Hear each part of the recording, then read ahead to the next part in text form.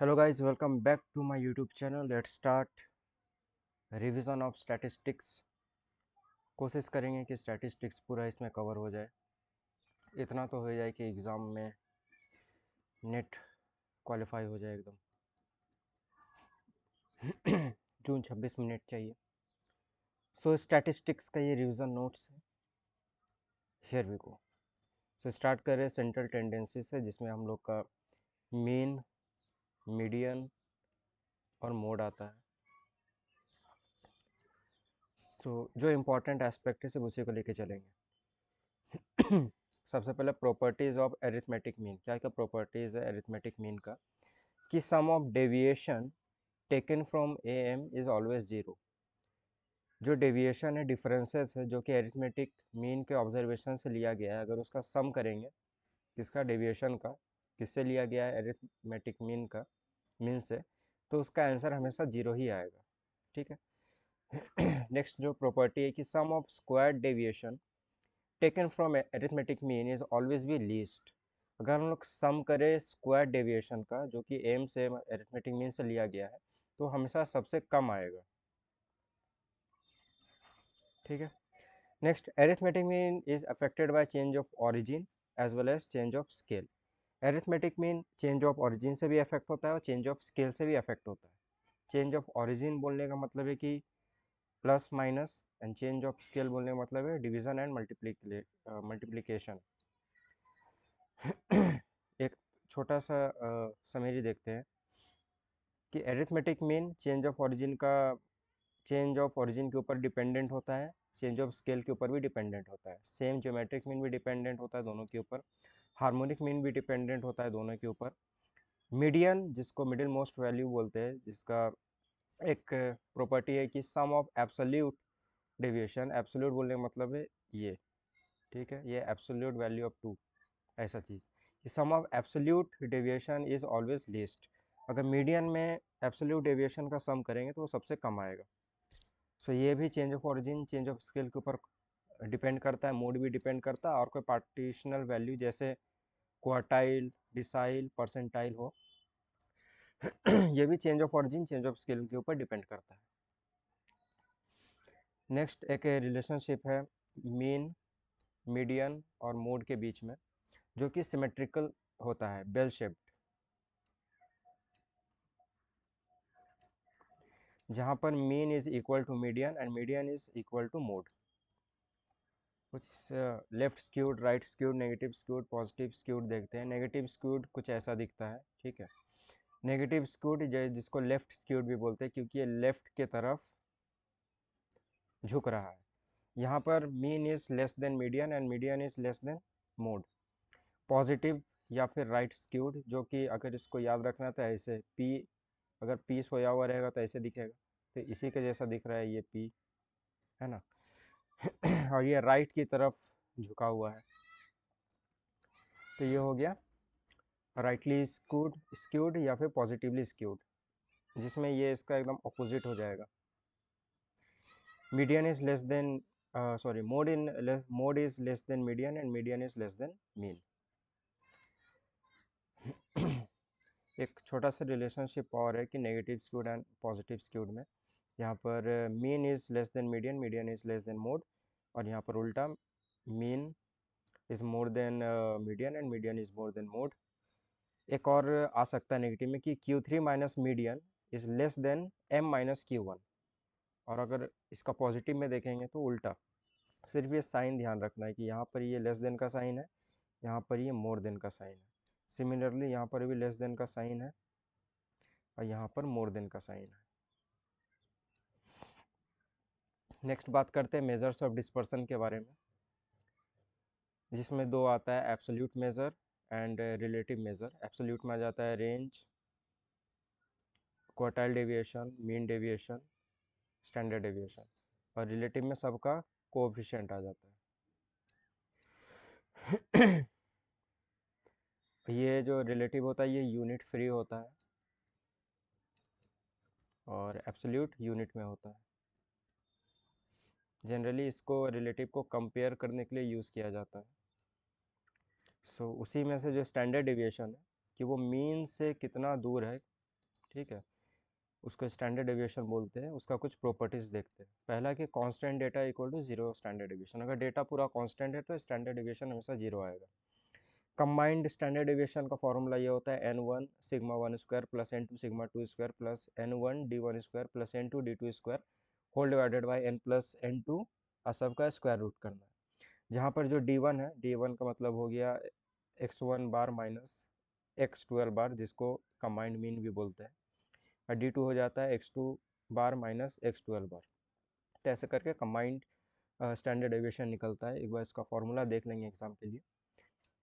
Next, for any two numbers A and B, example 10 20, range इसका 10 आ जाए। Range मतलब हो जाता है highest value minus lowest value. तो अगर इस एग्जाम्पल का रेंज निकाले तो आ जाएगा 20 माइनस 10 इक्वल टू 10।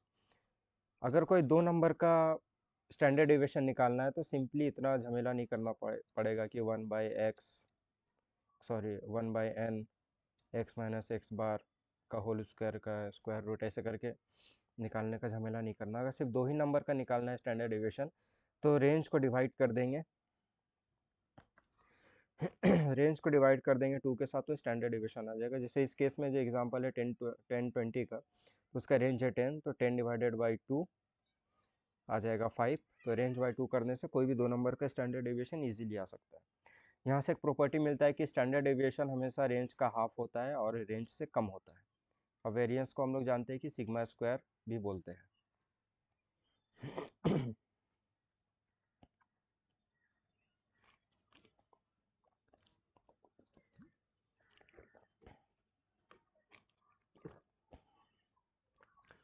फिर से इफेक्ट देख लेते हैं डिस्पर्सन का, कि चेंज ऑफ ओरिजिन और चेंज और स्केल्स से क्या क्या इफेक्ट पड़ता है। तो क्वार्टाइल, डिसाइल, परसेंटाइल अफेक्ट करता है चेंज ऑफ ओरिजिन से और चेंज ऑफ स्केल से भी। रेंज ओरिजिन पर डिपेंड नहीं करता है, स्केल पर करता है। क्वार्टाइल डेविएशन ओरिजिन पर नहीं करता है, स्केल पर करता है। मीन डेविएशन ओरिजिन पर नहीं करता है, स्केल पर करता है। स्टैंडर्ड डेविएशन ओरिजिन पर नहीं करता है, स्केल पे करता है। बाकी जितना भी कोफिशिएंट है, मतलब रिलेटिव मेजर, यहाँ से लेकर के यहाँ तक था एब्सोल्यूट मेजर, अब यहाँ से लेकर के यहाँ तक है रिलेटिव मेजर। तो coefficient of range, quartile deviation, mean deviation, standard deviation या वेरिएंस, ये सब चेंज ऑफ ओरिजिन पर इफेक्ट करता है, लेकिन इनवर्सली, और स्केल पर कोई भी नहीं करता। मतलब none of relative is depend on change of scale. ठीक है, नेक्स्ट आ जाते हैं relationship between different measures of dispersion. अगर सिमेट्रिकल डिस्ट्रीब्यूशन है तो QD मतलब quartile deviation is to mean deviation is to standard deviation equal to 10 12 15। और एक रिलेशनशिप होगा कि QD is less than mean deviation and mean deviation is less than standard deviation. और अगर 4 डेविएशन इक्वल टू 5 MD के बराबर है और 5 MD इक्वल टू 6 QD के बराबर है, तो ये तीनों का जो आंसर होगा वो सेम आएगा। अगर कोई डिस्ट्रीब्यूशन इस शेप का दिख रहा है तो इसमें स्टैंडर्ड डेविएशन कम है, और ज़्यादा स्कैटर्ड है तो इसमें स्टैंडर्ड डेविएशन ज़्यादा है। नेक्स्ट आ जाते हैं मेजर्स ऑफ स्क्वेनेस के ऊपर, जिसका मतलब होता है असिमेट्री या फिर लैक ऑफ सिमेट्री। ठीक है, कि वो सिमेट्रिकल नहीं है। जहाँ पर mean, median, mode is not constant, constant नहीं होता है तीनों। स्क्वेनेस इक्वल टू होता है x bar minus mode divided by standard deviation. ठीक है, x bar minus mode divided by standard deviation. और स्क्वेनेस इक्वल टू जीरो आ रहा है तो वो सिमेट्रिकल डिस्ट्रीब्यूशन है। अगर मोर देन जीरो आ रहा है तो फिर वो पॉजिटिवली स्क्यूड है। अगर लेस देन जीरो आ रहा है तो नेगेटिवली स्क्यूड है। और जनरली इसका वैल्यू -1 से +1 के बीच तक होता है। केली ने दिया था डिसाइल परसेंटाइल का। ठीक है, तो डिसाइल रहेगा तो D9 D5 ऐसे करके ये चेहरा है इसका। अगर परसेंटाइल में रहेगा तो ये D रिप्लेस होके हो जाएगा P9 माइनस P5 ऐसे करके। तो केली ने डिसाइल और परसेंटाइल का फॉर्मूला दिया था। Mean, median, mode Karl Pearson का फॉर्मूला है ये वाला जो अभी डिस्कस किए थे ऊपर की, mean minus mode divided by standard deviation, ये कार्ल पियर्सन का फॉर्मूला है। इक्वल टू होता है 3 mean minus median divided by standard deviation. एक क्यू का जो है मतलब क्वार्टाइल का, वो बॉली ने दिया था Q3 minus 2 median plus Q1 divided by Q3 minus Q1, और Q3 minus Q2 minus Q2 minus Q1 divide by Q3 minus Q1। तो ये Q वाला जो फैक्टर है क्वार्टाइल, वो दिया था बॉली ने। डिसाइल परसेंटाइल दिया था केली ने। और जो मोस्टली फेमस है वो स्क्वेनेस वाला तो यही है कि mean minus mode divided by standard deviation. Coefficient कैसे निकालते हैं? कोफिशिएंट निकालते हैं बीटा से एंड गामा से। ठीक है, तो beta 1 equal to m² 3 divided by m³ 2। ठीक है, मतलब ये 3 2 हो गया, यहाँ पर ये 2 3 हो गया, तो ऊपर में 2 3 रहेगा m डिवाइडेड बाय ऊपर में 3 2 रहेगा m। तो यह है स्क्वेनेस का फॉर्मूला। और अगर गामा से निकालना है तो प्लस माइनस √β1 या फिर m³ बाय स्टैंडर्ड डेविएशन का या सिग्मा का क्यूब। ये दोनों ध्यान रखने वाला फॉर्मूला है। आ जाते हैं मेजर्स ऑफ कार्टोसिस के ऊपर, जो कि बताता है कि वो जो डिस्ट्रीब्यूशन कितना फ्लैट है या कितना ऊंचा है फ्रॉम मोड पॉइंट। जो सबसे ऊपर वाला जो होता है लेयर उसको हम लोग लेप्टोकार्टिक बोलते हैं, जहाँ पर कार्टोसिस जो है वो, अच्छा, इसको जो मेज़र किया जाता है वो 3 से किया जाता है अगर बीटा से कर रहे हैं। अगर गामा से करेंगे तो भी 0 से भी उसको मेज़र किया जा सकता है। जनरली फेमस 3 वाला है कि लेप्टोकार्टिक है तो वो जो β2 होगा वो मोर देन 3 होगा। मेसोकार्टिक मतलब थोड़ा सा नीचे, ये वाला पॉइंट, यहाँ पर β2 इक्वल टू 3 होगा। प्लेटिकार्टिक मतलब सबसे चपटा जो है, सबसे नीचे, platykurtic beta is less than 3। Karl Pearson का फॉर्मूला से अगर मेजर्स ऑफ कार्टोसिस निकालना है तो β2 equal to m4 divided by m² 2। ठीक है, m4 डिवाइडेड बाय m² 2। अगर गामा से निकालना है तो m³ बाय सिग्मा क्यूब। ठीक है, तो गामा में दोनों में सेम ही फॉर्मूला है, m³ बाय सिग्मा क्यूब या फिर m4 बाय सिग्मा 4। और 3 से कंपेयर करेंगे बीटा में या फिर r से कंपेयर करेंगे, मतलब बीटा गामा से, अगर बीटा से 3 में कंपेयर करो या फिर गामा से 0 में कंपेयर करो, दोनों का जो आंसर है वो सेम ही आएगा, मतलब जो कंपैरिजन है वो सेम ही होगा। आ जाते हैं कोरिलेशन के ऊपर। कोरिलेशन मतलब r से डिपिक्ट किया जाता है, shows the degree and direction between 2 और मोर वेरिएबल्स। ठीक है, -1 से +1 का बीच का रेंज होता है। इसका फॉर्मूला होता है r मतलब gamma equal to summation of x y divided by summation of x² into summation of y²। कुछ प्रॉपर्टीज़ हैं इंपॉर्टेंट। पहला तो ये यूनिट फ्री मेज़र है, -1 से +1 का बीच में आता है। चेंज ऑफ ऑरिजिन से कोई इम्पैक्ट नहीं है, चेंज ऑफ स्केल में भी कोई इम्पैक्ट नहीं है। आर एक्स वाई का मतलब आर वाई एक्स भी हो सकता है। r² को कोएफिशिएंट ऑफ डिटर्मिनेशन बोलते हैं। 1 - r² हो जाता है coefficient of non determination. r equal two plus minus βxy into βyx gamma, sorry, geometric mean of 2 regression equation. ठीक है, तो ये जो लिखा हुआ है इसका मतलब ये होता है geometric mean of 2 regression equation. arithmetic mean of regression coefficient is more than geometric mean of regression coefficient is more than harmonic mean of regression coefficient। ठीक है, मतलब सिंपली जो रिलेशन है am is more than gm is more than hm। Karl Pearson का coefficient of correlation का formula है, ये सबसे ज़्यादा famous, r² equal to covariance of x and y divided by sigma x into sigma y। आ जाते हैं regression analysis के ऊपर। एक मिनट, पानी पी ले थोड़ा। रिग्रेशन एनालिसिस दिया था सर फ्रांसिस गाल्टन ने 1877 में, जो दिखाता है कॉज एंड इफेक्ट या फिर relationship between dependent variable and independent variable. Important properties of regression lines and coefficients are, regression coefficient change of origin के ऊपर डिपेंड नहीं करता है, चेंज ऑफ स्केल के ऊपर करता है। If all values of x observation is multiplied by 5 then bxy into 5 ऐसा होगा। अगर सारा वैल्यूज y ऑब्जर्वेशन का y के 5 के साथ मल्टीप्लाई किया जाए तो ऐसा दिखेगा। bxy डिवाइडेड बाय 5 को byx इंटू 5 ऐसे भी लिख सकते हैं, ये सिर्फ देखने वाला चीज़ है।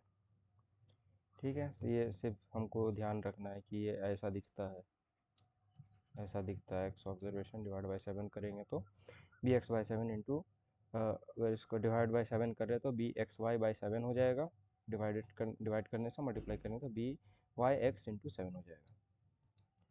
ठीक है, अच्छा, दो regression lines intersect will be mean of X and Y. अगर दो रिग्रेशन लाइन जहाँ पर इंटरसेक्ट कर रहा है वो हो जाएगा mean.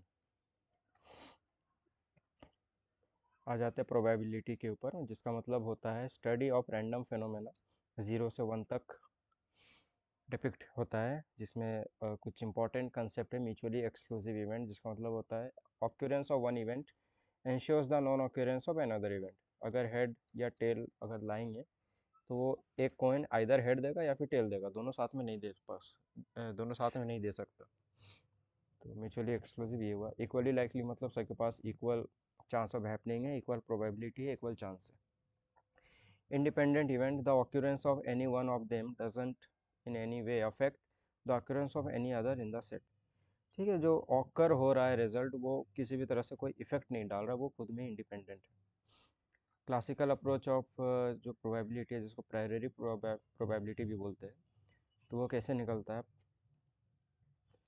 Probability of any event equal to number of favourable outcomes divided by total number of mutually exclusive exhaustive likely, सब कुछ मिला के जितना भी टोटल नंबर ऑफ आउटकम्स है। लेकिन इसका लिमिटेशंस इंपॉर्टेंट है कि ये सिर्फ गेम ऑफ चांस है, can not apply if total number of outcomes is unknown. अगर अननोन है तो फिर ये कुछ फ़ायदा नहीं करेगा। If not equally likely then this method is irrelevant.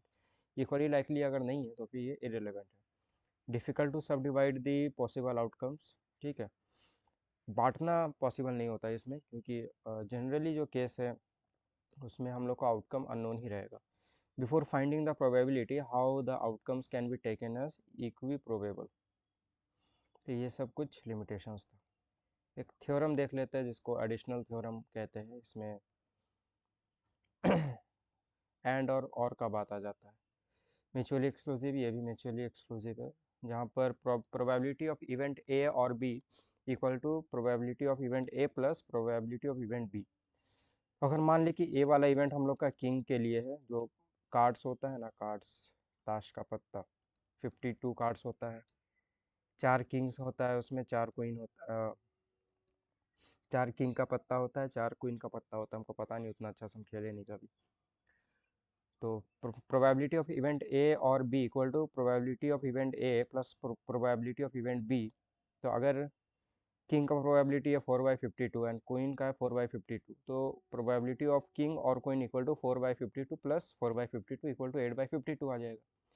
लेकिन कभी कभी ऐसा होता है कि अगर ओवरलैप कर रहा है, जैसे प्रोबेबिलिटी ऑफ इवेंट ए और बी इक्वल टू वही सेम चीज़, लेकिन इसमें से एक से माइनस करना पड़ेगा, probability of event A overlapping event of B. ठीक है, ओवरलैप। अब इसमें जैसे बोल रहा है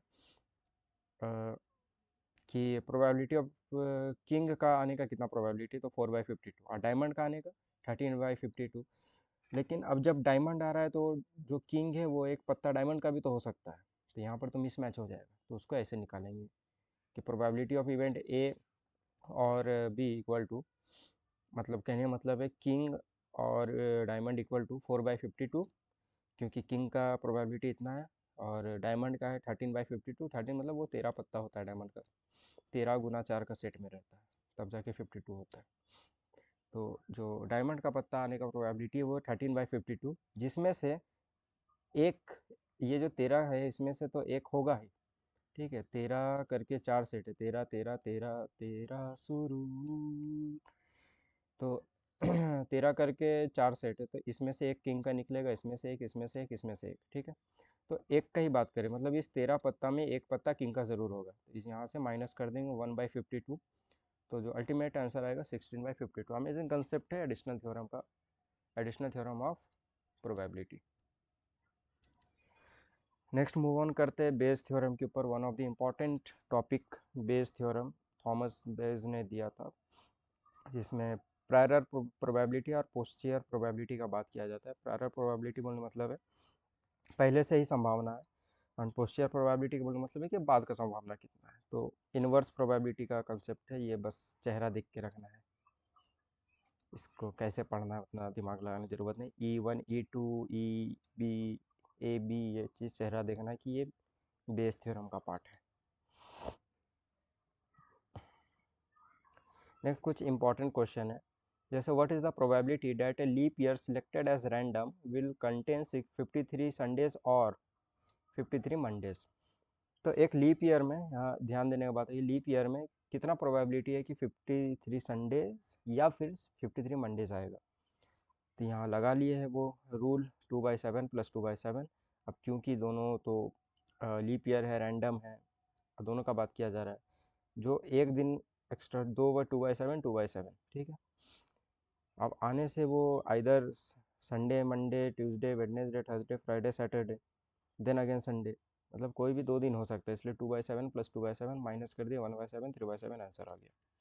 सेम क्वेश्चन है, बस इसमें चेंज किया कि वो लीप ईयर से नॉन लीप ईयर हो गया और 53 संडेज हो तो 65 डेज को डिवाइड कर देंगे 7 से, तो इधर 52 आ रहा है, इधर एक बच रहा, वो एक दिन Sunday, Monday, Tuesday, Wednesday, Thursday, Friday, Saturday, किसी में भी एक हो सकता है, मतलब 1/7 का प्रोबेबिलिटी है, तो 1/7 यहाँ पर आंसर। अब क्वेश्चन है कि नॉन लीप ईयर में, मतलब हम लिखे नहीं है, मतलब वही है कि नॉन लीप ईयर में अगर 53 संडेज या फिर 53 मंडेज हो तो एक संडे का हो जाएगा 1/7, एक मंडे का हो जाएगा 1/7, टोटल हो जाएगा 2/7 आंसर। नेक्स्ट आते हैं प्रोबेबिलिटी डिस्ट्रीब्यूशन के ऊपर। Let's change the colour. Probability distribution, तो पहला binomial distribution, it is applicable only when, ये कब एप्लीकेबल होगा, when A trial result in either success या फिर फेलियर ऑफ एन इवेंट। ये तभी अप्लाई कर सकते हैं अगर कोई इवेंट में सक्सेस या फिर फेलियर गारंटी करता है कि आइदर सक्सेस होगा या फेलियर होगा। सक्सेस को हम लोग पी का रूप में दिखाते हैं और फेलियर को क्यू का रूप में दिखाते हैं। तब प्रोबेबिलिटी ऑफ सक्सेस मतलब P remains constant in each trial, ठीक है, सक्सेस का जो प्रोबेबिलिटी हमेशा कांस्टेंट रहेगा। इंडिपेंडेंट ट्रायल्स रहेगा और फिक्स नंबर ऑफ ट्रायल्स रहेगा।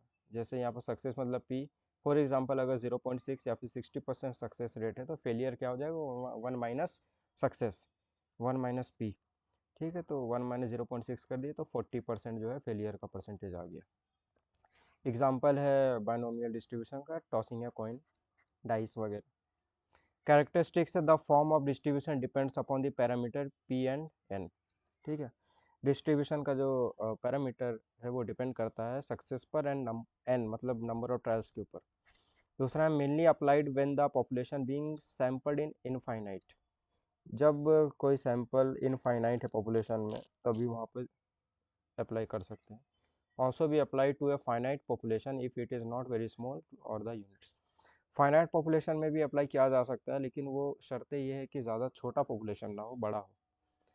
Sample are replaced before the next trial is attempted, ठीक है, सैंपल रिप्लेस करना पड़ेगा नेक्स्ट जो अटेम्प्ट है उसको करने से पहले, नेक्स्ट ट्रायल का जो अटेम्प्ट है उसको करने से पहले। मीन इक्वल टू होता है एनपी एनपी एनपी, ठीक है, एनपी एनपी होता है मीन, वेरिएंस होता है एनपी क्यू, स्टैंडर्ड डेविएशन होता है root over n p q, skewness होता है q minus p divided by root over n p q, kurtosis होता है 1 minus sigma p q divided by n p Q.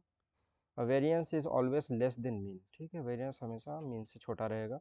Maximum value of variance जाएगा n/4।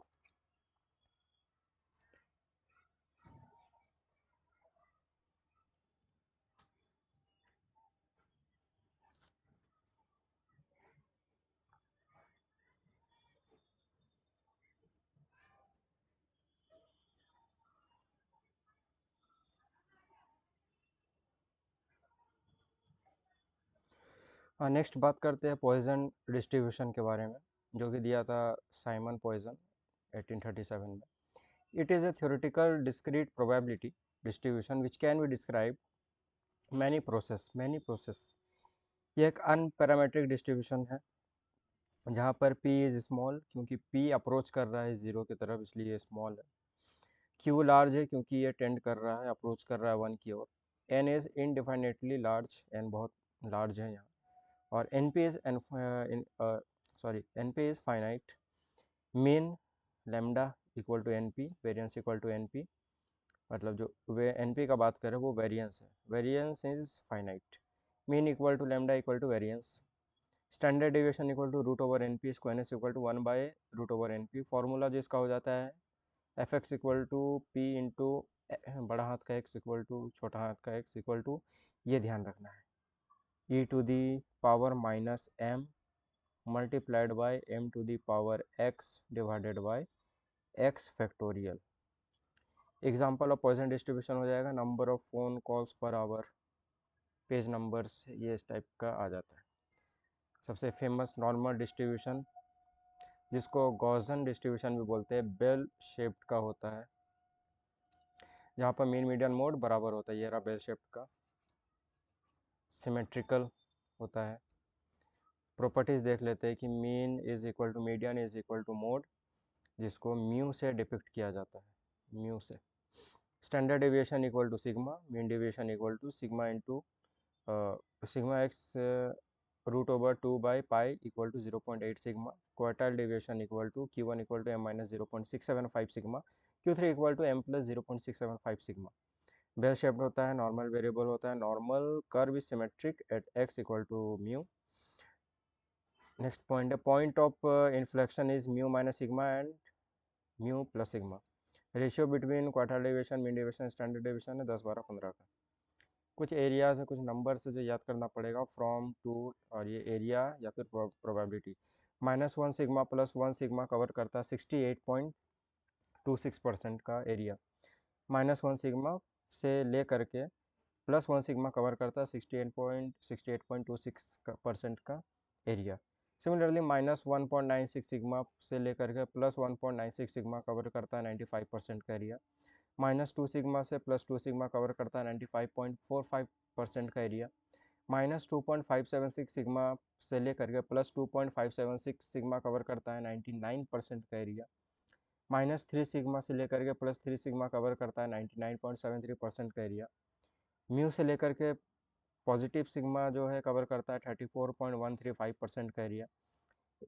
+1 sigma से लेकर के +2 सिग्मा कवर करता है 13.59% का एरिया। +2 सिग्मा से लेकर के +3 सिग्मा कवर करता है 2.14% का एरिया, और 3 सिग्मा से लेकर के इन्फिनिटी तक कवर करता है 0.135% का एरिया। नेक्स्ट आ जाता है सैम्पलिंग एंड सैम्पलिंग टेक्निक्स में। मेथड्स क्या है? पहला प्रोबेबिलिटी सैम्पलिंग, दूसरा नॉन प्रोबेबिलिटी सैम्पलिंग। ठीक है, रैंडम सैम्पलिंग होता है और ये नॉन प्रोबेबिलिटी वाला रैंडम नहीं होता है। तो इसमें कौन कौन सा आ जाता है? सारा SC, ठीक है, इसमें जितना भी S वाला है वो आ जाता है, एक C से क्लस्टर हो जाएगा और एक M से मल्टी स्टेज हो जाएगा, तो SCM वाला सब इसमें है। ठीक है, एक S छोड़ के जो स्नोबॉल वाला है वो आ जाता है खाली नॉन प्रोबेबिलिटी में। तो simple random sampling, stratified sampling, जिसमें जो है homogeneous group, homogeneous with group with in group रहता है, और क्लस्टर वाला हेटेरोजेनियस विद इन ग्रुप रहता है। और अगर स्ट्रैटिफाइड सैम्पलिंग अगर विद इन बिटवीन ग्रुप है तो फिर वो हो जाएगा हेटेरोजेनियस, हेटेरोजेनियस। और क्लस्टर वाला अगर विद इन ग्रुप है तो वो हो जाएगा homogeneous. Systematic sampling, multi stage sampling. Non probability में पर्पसिव, डेलिबरेट या फिर जजमेंटल सैम्पलिंग भी बोलते हैं। कोटा, कन्वीनियंस, स्नोबॉल, स्नोबॉल वाला खाली इसमें S वाला आ जाता है, पैनल सैम्पलिंग। तो simple stratified, cluster, systematic, multi stage हो गया probability sampling. Purposive, judgement, quota, convenience, snowball, panel वाला हो जाता है non probability sampling. Standard error करके भी एक जगह होता है, the standard deviation of a sampling distribution of a statistic is known as standard error, जिसका फॉर्मूला है σy√n। सेंट्रल लिमिट थ्योरम का बात करते हैं, जो दिया था डी मूवर्स ने। चाहे पॉपुलेशन कैसा भी हो, स्क्यूड हो, बाइनोमियल हो, नॉर्मल हो, एक्सपोनेंशियल हो, अगर सैंपल साइज n बड़ा होता चला जाए, सैंपल मीन का डिस्ट्रीब्यूशन नॉर्मल डिस्ट्रीब्यूशन जैसा दिखने लग जाएगा। इसका मतलब है z इक्वल टू मतलब mode equal to mean minus mu divided by standard error, जिसको और स्टैंडर्ड एरर को तो ऐसे भी लिख सकते हैं ऊपर वाला फॉर्म में, तो वही चीज़ है। तो ये सैंपल वाला मीन है और ये पॉपुलेशन वाला मीन है। लॉ ऑफ लार्ज नंबर्स, अगर n बड़ा लेने से सैंपल मीन पॉपुलेशन मीन के पास आ जाता है। Large group of data shows high degree of stability because there is a greater probability that one side are compensated by the extreme on the other side. मतलब एक side जो है compensate कर रहा है एक्सट्रीम वाले साइड को, तो वो लॉ ऑफ लार्ज नंबर्स कहलाएगा। Law of statistical regularity, it states that a reasonably large number of items selected at random from a large group of items will on the average represent the characteristics of the group। सिर्फ देखने लायक है। Conceptual errors, response errors, processing errors, item non response हो जाता है measurement errors या फिर observational errors कहते हैं। साथ में एक कवरेज है related errors, non response errors और सैम्पलिंग एरर्स को लेके हो जाता है एस्टिमेशन एरर्स और फिर नॉन ऑब्जर्वेशनल एरर्स। और conceptual response processing item non response coverage and related errors से लेकर के नॉन रिस्पॉन्स तक, सैम्पलिंग वाला छोड़ के जितना भी है सारा हो जाता है नॉन सैम्पलिंग एरर्स। ये जो पूरा सिस्टम था वो टाइपोलॉजी दिखा रहा था एरर्स के बारे में। नेक्स्ट आ जाते हैं हाइपोथेसिस टेस्टिंग में। Hypothesis testing test of significance से डिफर होता है ड्यू टू चांस, क्या सी ये सिग्निफिकेंट है, अगर रियली डिफरेंस है तो वो सिग्निफिकेंट होगा। ठीक है, नल हाइपोथेसिस H0 से दिखाते हैं, अल्टरनेटिव H1 से दिखाते हैं। डिफ़ॉल्ट है कि नल का मतलब है जीरो। जब हम लोग कोशिश करते हैं कि नल हाइपोथेसिस को रिजेक्ट किया जाए, ठीक है, ताकि हम लोग अल्टरनेटिव को सिलेक्ट कर सके या फिर फेल टू रिजेक्ट कर सके। ठीक है, हम लोग को जो प्रूव करना है वो चीज़ आ जाता है अल्टरनेटिव में। हम लोग को मतलब फेल टू रिजेक्ट मतलब होता है एक्सेप्ट। तो अगर अल्टरनेटिव को फेल टू रिजेक्ट करना है जिसका मतलब होता है एक्सेप्ट, तो उसके लिए नल हाइपोथेसिस रिजेक्ट करना पड़ेगा। तो हम ठीक ही बोले कि नल हाइपोथेसिस को यहाँ पर रिजेक्ट करना चाहते हैं।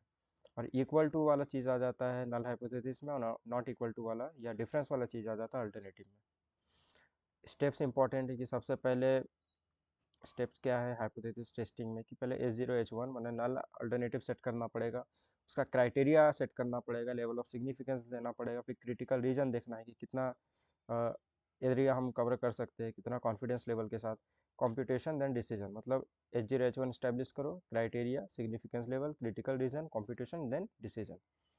टाइप्स ऑफ एरर, ठीक है, तो अगर एक ट्रू H0 को अगर हम लोग रिजेक्ट कर देते हैं वो टाइप 1 एरर होता है जिसको अल्फा कहते हैं।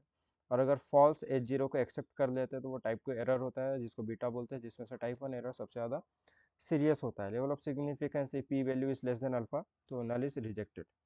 और इसको याद करने का तरीका है कि सही बंदे को अगर रिजेक्ट कर रहे हैं, मतलब क्लास 11 में कोई मिला था और उसको रिजेक्ट कर दिए, ठीक है, तो फिर सही बंदे को गलत बोल दिए तो वो हो गया टाइप 1 एरर। फिर कॉलेज में मतलब गलत बंदा मिल गया लेकिन उसको एक्सेप्ट कर लिए, तो ये क्लास 11 सही रिजेक्ट, और ये कॉलेज गलत एक्सेप्ट। ठीक है, एक्सेप्ट के लिए तो ये हो गया टाइप 2 एरर। सही बंदे को रिजेक्ट करना होता है टाइप 1 एरर, और गलत बंदे को एक्सेप्ट करना होता है टाइप 2 एरर। कुछ क्रिटिकल वैल्यूज़ है रटने लायक, सिग्निफिकेंस लेवल 1%, 3%, 5%, 10%। तो वन टेल टेस्ट और टू टेल टेस्ट। 1% का वैल्यू वन टेल में है 2.33, टू टेल में है 2.58, 3% का 1.88, 2.17, 5% का है 1 पॉइंट, ये सबसे ज़्यादा इंपॉर्टेंट है 5 और 10 वाला।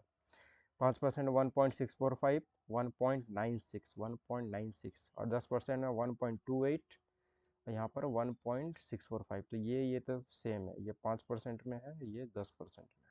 ये हो जाता 1.96 टू टेल में, या वन टेल में हो जाता 1.28। अब देख लेते हैं कौन कौन सा टेस्ट पैरामेट्रिक होता है, कौन कौन सा नॉन पैरामेट्रिक होता है।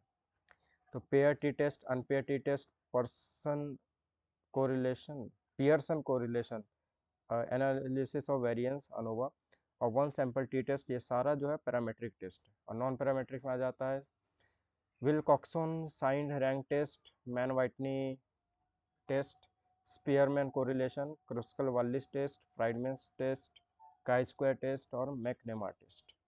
तो इसी के साथ हम लोग का स्टैटिस्टिक्स का मैराथन कंप्लीट, और ये सीरीज़ मेरा अब ख़त्म होने वाला है क्योंकि अब एक ही यूनिट बचा है मेरा, BM HRM, और इसको भी हम पूरा कवर तो नहीं करेंगे, इंपॉर्टेंट एस्पेक्ट कवर करेंगे। 30 से 40 मिनट के अंदर वो वाला मैराथन भी कंप्लीट हो जाएगा। इसके बाद फिर हम अपना लग जाएंगे PYQs करने में और पेपर 1 करने में। Thank you so much. In future अगर कोई देख रहा है तो लाइक सब्सक्राइब कमेंट कर देना। Thank you so much. मिलते हैं नेक्स्ट और लास्ट वीडियो में इस सीरीज़ के रिवीजन मैराथन सीरीज़ के लास्ट वीडियो मिलते हैं।